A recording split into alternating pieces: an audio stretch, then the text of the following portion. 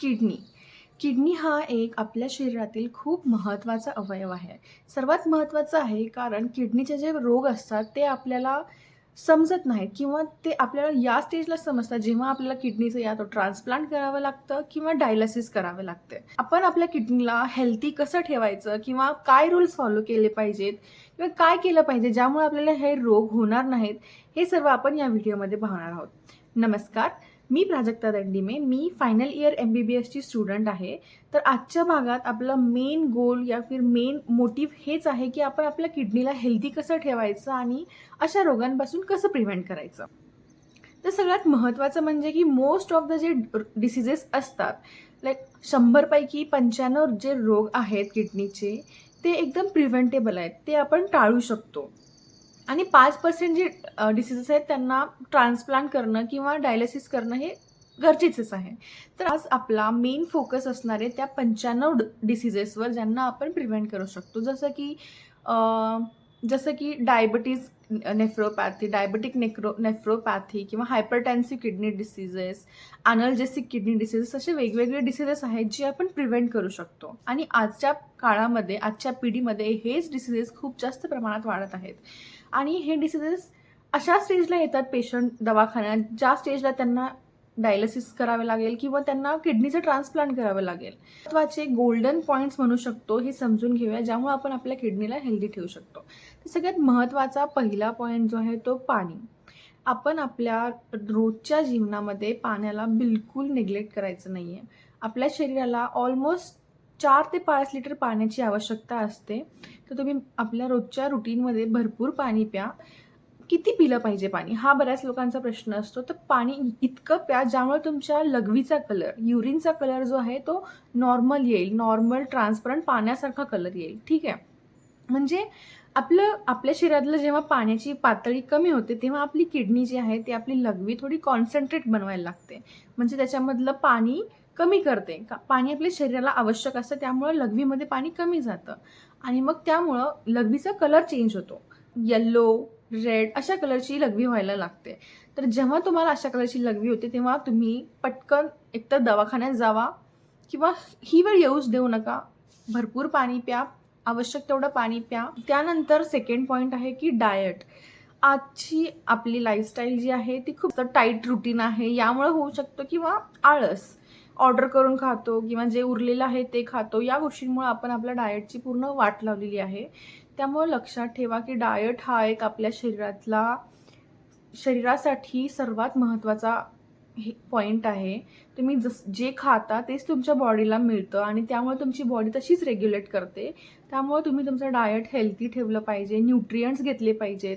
जे आपण आजकाल सॉफ्ट ड्रिंक, स्वीट्स खातोय, सॉल्ट फ्राईड, डीप फ्राईड अशा गोष्टी खातोय, त्या अव्हॉइड करा. फ्रेश खावा, ताजे. महत्त्वाचा पॉईंट म्हणजे आपण म्हणतो की जेवण खाल्ल्यानंतर गोड खाल्लं पाहिजे.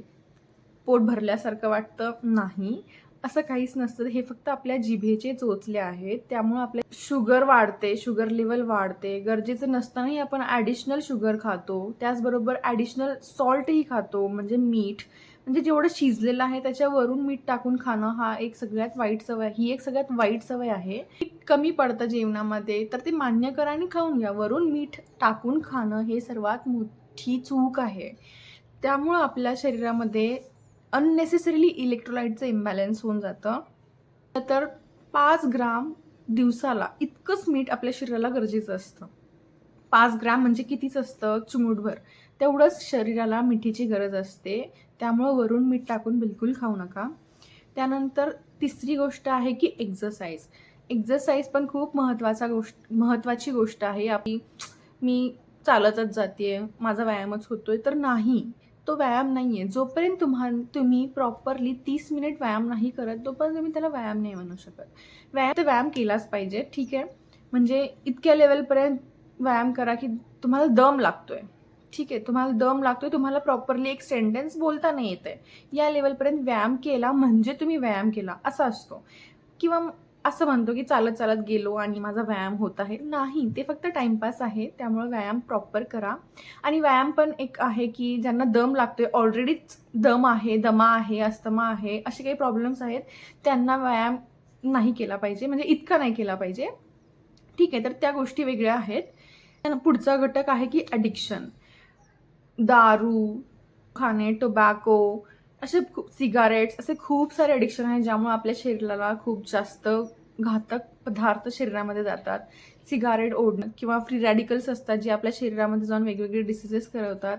तर ते फक्त लंग्सला प्रॉब्लेम नाही करवत, ते पूर्ण शरीरालाच प्रॉब्लेम करवतात. त्यामुळं ॲडिक्शन अवॉइड करा. आणि सगळ्यात मोठं ॲडिक्शन म्हणजे की आजकाल जे आपण पितोय soft drinks, Coca Cola, Thums Up, Sprite, हे तर आजकालच्या रुटीनमध्येच आलेलं आहे. तर त्यामुळे ह्या गोष्टी अवॉइड करा. त्याच्यामध्ये ॲडेड शुगर्स असतात, वेगळे वेगळे लाईक अननेसेसरी एलिमेंट्स असतात, फॉस्फरस असतो.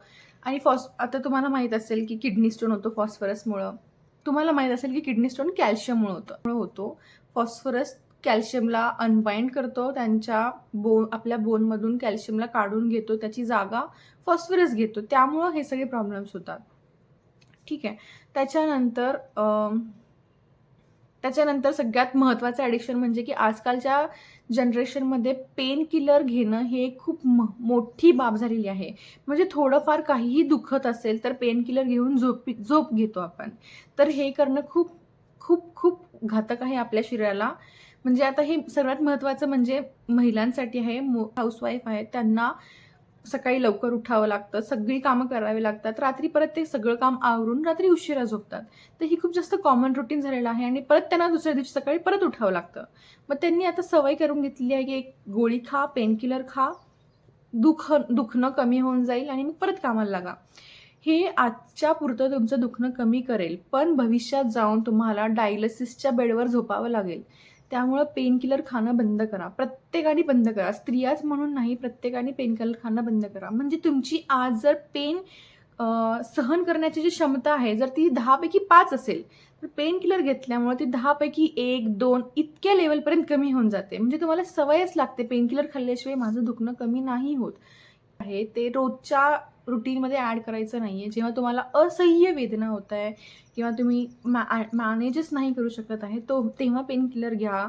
किंवा सगळ्यात मेन म्हणजे पेन किलर, ॲनल्जेसिक्स पेन किलर हे डेली रुटीनसाठी नाही काढलं तर सर्जरी करताना जे पेन होत होतं किंवा आधी जे पेन किलर नव्हतं तेव्हा ते डायरेक्ट सर्जरी करायचे. तर तेव्हा ती गोष्ट अवॉइड करण्यासाठी पेन किलर इन्व्हेंट केलेलं आहे, ज्याला आपण अशा डेली रुटीनमध्ये खातोय. झिरोडॉल, डायक्लोफिनॅक, असॅक्लोफिनॅक अशा भरपूर गोळ्या आहेत ज्यामुळं आपण आपलं पेन कमी करतो. पण आज पेन तुमचं कमी होईल, आज दुखणं तुमचं कमी होईल, पण भविष्यामध्ये तुम्हाला खूप त्रास होईल या गोष्टीचा.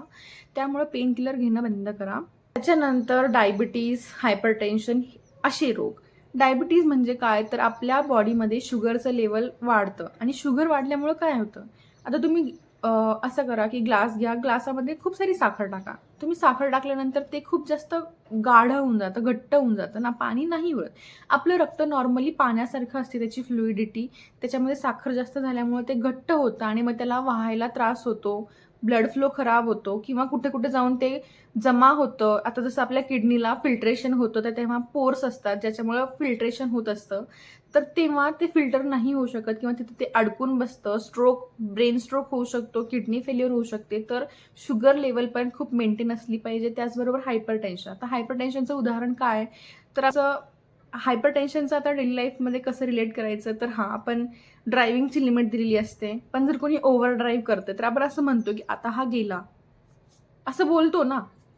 त्याचप्रमाणे जर आपल्या बॉडीचं ब्लड प्रेशर, तर त्याचप्रमाणे आपल्या पुढच्या ऑर्गन्सला पण प्रॉब्लेम होतो किंवा ज्या रक्तवाहिनी आहे आपलं त्याच्यामध्ये टेन्शन वाढणार आणि ती रक्तवाहिनी फुटते, रक्त बाहेर येतं, हिमोरेज. म्हणजे आपल्या बॉडीमध्ये रक्त जिथून गेलं पाहिजे त्या रक्तवाहिनीमधून न जाता रक्त आजूबाजूला पसरतं, ती रक्तवाहिनी तुटून जाते, त्याच्यामुळं ही प्रॉब्लेम्स होतात. तर ह्या गोष्टी अवॉइड करा. तर आपण गोल्डन पॉईंट्स बघितले काही आपल्या किडनीला प्रिव्हेंट करण्यासाठी. सगळ्यात पहिला पॉईंट होता की वॉटर, पाणी भरपूर प्या. दुसरा पॉईंट होता की डाएट, प्रॉपर डाएट ठेवा. जितकं नेसेसरी आहे तितकंच खा, जास्त खाऊ नका. आणि जे खाताय ते न्यूट्रिटिव्ह, फ्रेश हेच खा. त्याच्यानंतर एक्झरसाईज, डेली रुटीनमध्ये एक्झरसाईज हा फॅक्ट ॲड करा. त्याच्यानंतर ॲडेड शुगर अवॉइड करा, ॲडेड सॉल्ट अवॉइड करा. त्यानंतर ब्लड शुगर लेवल चांगली ठेवा, हायपरटेन्शन मेंटेन ठेवा. म्हणजे जे आता ऑलरेडी पेशंट आहेत त्यांना गोळ्या चालू असतील, ठीक आहे, तर त्या गोळ्या प्रॉपरली खा. गोळी खाल्ल्याशिवाय तर तुम्हाला पर्याय नाही आहे. कारण जर तुम्हाला आज माझ्या या व्हिडिओमधून काही गोष्टी समजल्या असतील किंवा काही गोष्टी तुमच्या डेली रुटीनमध्ये चेंज करता येत असतील, तर या गोष्टी नक्की चेंज करा. तुम्हाला फ्युचरमध्ये खूपशं वाढेल या गोष्टींमुळं, ठीक आहे. आणि सगळ्यात महत्त्वाची गोष्ट म्हणजे तुम्ही 3 महिन्यातून एकदा तुम्ही तुमच्या शरीराची टेस्ट केली पाहिजे. सगळं टेस्ट लाईक CBC म्हणजे कंप्लीट ब्लड टेस्ट, LFT म्हणजे लिव्हर फंक्शन टेस्ट, तुमचं लिव्हर कसं काम करतं आहे, KFT किडनी फंक्शन टेस्ट म्हणजे तुमची किडनी कशी काम करते आहे. त्याच्यानंतर थायरॉईडची टेस्ट असते ती केली पाहिजे, शुगर लेवल चेक केलं पाहिजे, ब्लड प्रेशर चेक केलं पाहिजे. तर या गोष्टी तुम्ही तुमच्या 3-4 महिन्यातून एकदा केल्या पाहिजेत. वरती उपचार करू शकाल आणि लवकर बरे व्हाल. त्यामुळं ह्या गोष्टी खूप महत्त्वाच्या आहेत. तर हे सर्व तुम्ही फॉलो करा. तुमच्या आजूबाजूच्यांना सांगा, घरच्यांना सांगा. निरोगी राहा, तुमचा परिवार, कुटुंब निरोगी ठेवा, तुमचा परिसर निरोगी ठेवा आणि आणि तुम्हाला या व्हिडिओमधून थोडीफार मदत झाली असेल तर माझ्या चॅनलला सबस्क्राईब करा. मी अशी व्हिडिओज टाकत राहील आणि माझ्या चॅनलला सबस्क्राईब करा, लाईक करायला विसरू नका आणि तुमच्या फॅमिलीसोबत शेअर करा हा व्हिडिओ. थँक्यू.